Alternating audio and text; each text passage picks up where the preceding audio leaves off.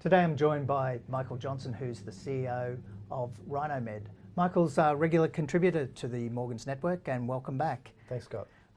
We might just start off by talking about some numbers. You recently released some very positive quarterly results. Do you want to run us through the key points? Yeah, sure. So we had a really strong last quarter of the financial year where recognised revenues are up 70%.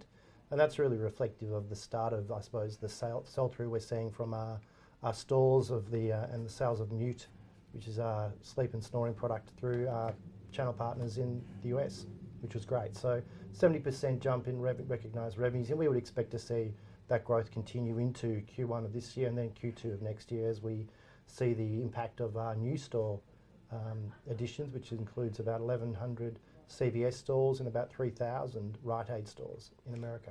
And Michael, what's the feedback you're getting from on the ground when you walk through some of these stores? Yeah, and I think, look, one of the pleasing things is that obviously the product is designed to stand out, and we are certainly, I think, one of the retailers are appreciating the fact that we're an innovator in the category, which is great. The other interesting thing, and the feedback we're getting, is that the strong margins we deliver the retailers is also something that they find attractive. So from a retailing perspective, we're getting great feedback. More importantly, though, from a consumer feedback, we're continuing to get great responses from our customers.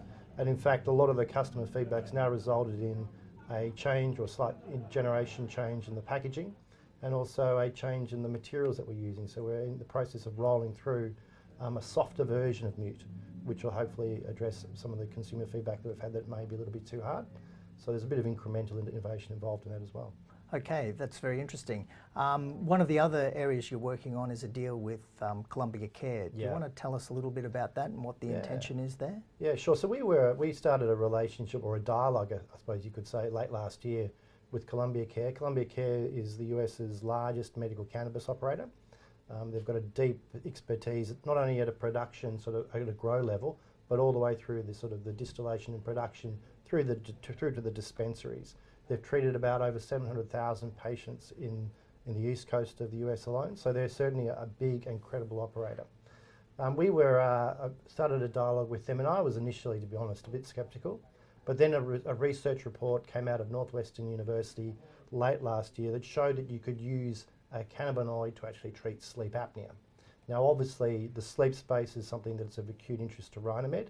The Mute product is in effect our frontline solution to that, to sleep disturbance issues. So we saw a real opportunity to start looking at maybe the potential role of a drug delivery opportunity using our platform. And it is a true nasal platform, so the idea that you can put things on it was quite attractive. And as that relationship's developed, we've realised that there's a whole range of opportunities, not just with sleep apnea, but then looking at sleep onset and maintenance. So if you think about Ambien, which is a $2.8 billion drug that actually treats sleep and insomnia, highly addictive, got a lot of bad sort of press around those sort of sleep drugs. The idea that we could use a cannabinoid that we can attach to our nasal stent, so there's a synergy there with nasal breathing and sleep, is something that we think has potentially got a lot of upside. The other interesting thing, of course, is that nausea, which is obviously cannabis is well known to help. The idea that you can put a particular formulation on a stent and actually treat nausea is also something that's highly attractive as well.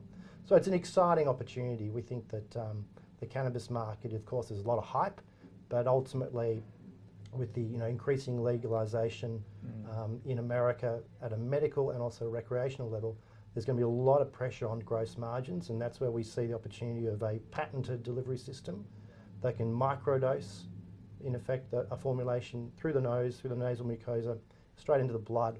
Provides a lot of opportunities and a better safety profile, hopefully, as well. That sounds very exciting. So you've really developed a platform technology which has got multiple applications. That's right. And I know that you've been to a number of sleep conferences, and the whole concept of sleep is really becoming front of mind for a lot of doctors. Again, can you just sort of give us your thoughts on So when we set out on this journey, 4.5 or 5 years ago, this was really aimed at just sort of addressing, I suppose, the social issue around snoring. And what's emerged over the last 4 or 5 years is that recognition that the role of sleep in particular, and the good sleep, and its impact on chronic health, such as cognitive issues, such as dementia and Alzheimer's, and even cardiac issues, is quite well established. So we're sort of certainly playing in a hot space with sleep. And one of the things that's also interesting is that at a retail level, there hasn't been a lot of innovation.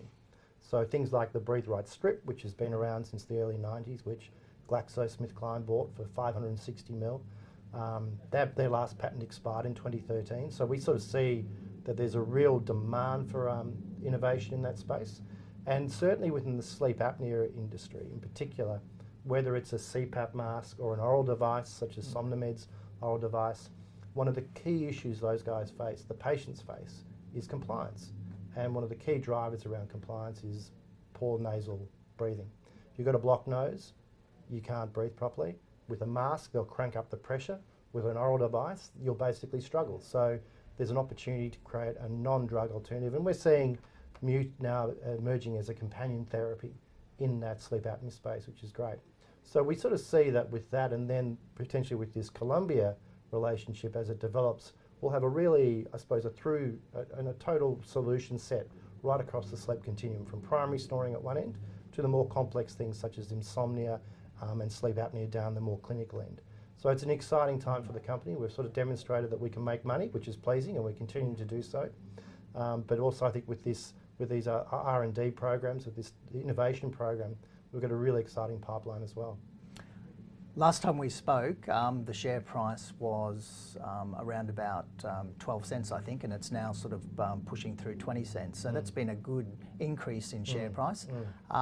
What can investors look forward to over the next 6 to 12 months in terms of news flow to keep that momentum in the share price? Look, I mean, obviously with the increase, we've in effect doubled our store count in the US, and that store count will come online in this quarter, towards the end of this quarter. So we expect to see some really good positive growth, just organic growth as people, more and more Americans in particular, start using Mute, which is great. But I think also then the emergence of a couple of key things. I've just come back from the States where we've been pitching a decongestant version of this. So if you imagine Mute with a menthol eucalypt on it, and then another formulation which has got a sort of a lavender chamomile helping people to get to sleep. We just actually come back from pitching that to some of our big retail partners in America. So we'll hopefully hear some feedback on that over the next 2 quarters. And the plan being is that we'd roll this out into next calendar year. So that's going to be obviously, once again, incremental growth as we add new product lines.